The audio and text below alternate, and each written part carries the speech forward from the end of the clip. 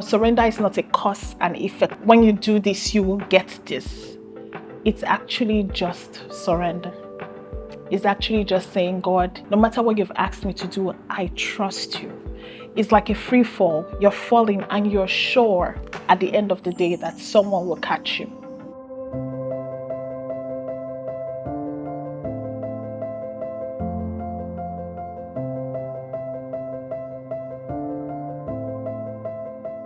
Hi, welcome again to today's episode of Journey to Surrender. Have you ever been in that place where you ask yourself that I have done all of this thing already for God and I can't see the fruits? Like, why is surrender so hard? Why is it such a hassle? And why can't I get something in return? So recently I was scrolling online and there was this picture that was trending, and in the pictures was Jesus and a little girl. So this little girl was holding a teddy bear and Jesus was asking her for the teddy bear. But this little girl did not know that Jesus had a bigger teddy bear behind his back. And everybody in the comment section was going, oh, if only the girl just give. This how Jesus wants to bless us. When we give him our little, he will give us big, da da da.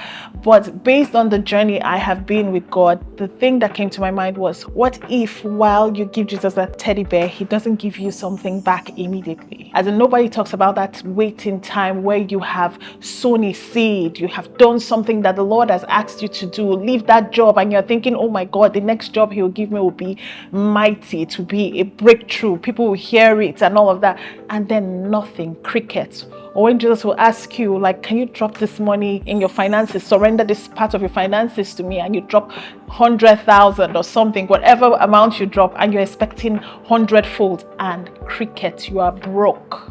Nobody talks about that time. But what I was trying to bring up with this story is that sometimes it may not be that Jesus will give you a bigger teddy bear. Sometimes he will hold back because he feels that you need to grow in that process. Let's take a look at Joseph. So Joseph is a very interesting story that personally I think that I can relate to in one way or the other.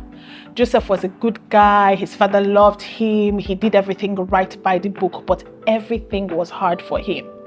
Like, he loved the Lord so much that he will not sleep with Potiphar's wife. Some people, once they get to Potiphar's house, they'll say, oh, she tempted me, I fell, and all of that. But Joseph will not do that because of his love for the Lord. And you're expecting that, okay, wow, as Joseph did not do that, next thing, God will protect him, God will bring him out of that, and all of the good things that should happen for him not doing that. But the guy ended up in jail for years. These are examples of when surrender doesn't make sense.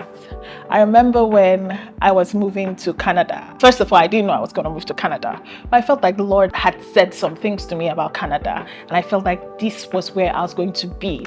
And the scriptures, the backup of the scriptures, they were very solid. So I felt like the Lord will give me the land. The land is this, it will work for me and everything. And man, did I struggle. I struggled so hard that I couldn't understand what God had told me to do. Okay, if you move to Canada, this is what I'll do for you. There was nothing. Like, it didn't make sense to me. There was nothing.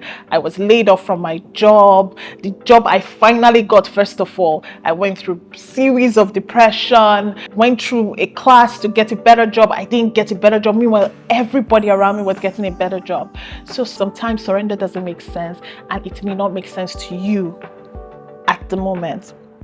But what I know is that the process is building character.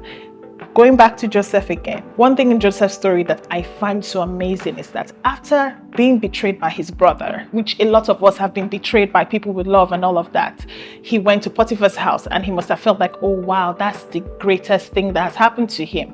And next thing, he went to jail.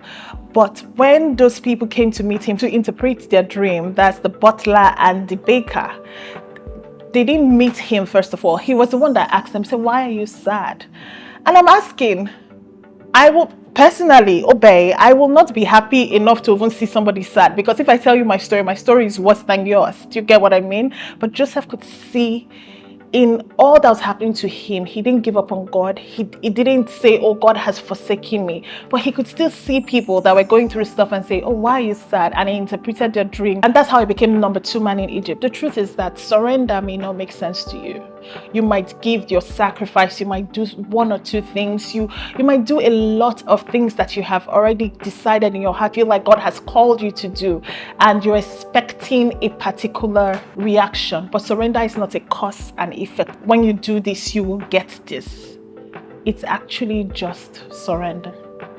It's actually just saying, God, no matter what, no matter where I am, no matter what you've asked me to do, I trust you.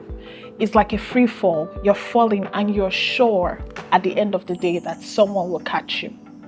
And that's what surrender is. So no matter the process you're going through, no matter what you're feeling right now in your journey to surrender, no matter how devastated, hurt, pained, and you're just saying like, God, but I did this for you, and why is this happening in my life? I just want you to know that God is in the boat with you in that storm. God is going to get you to the end of that storm.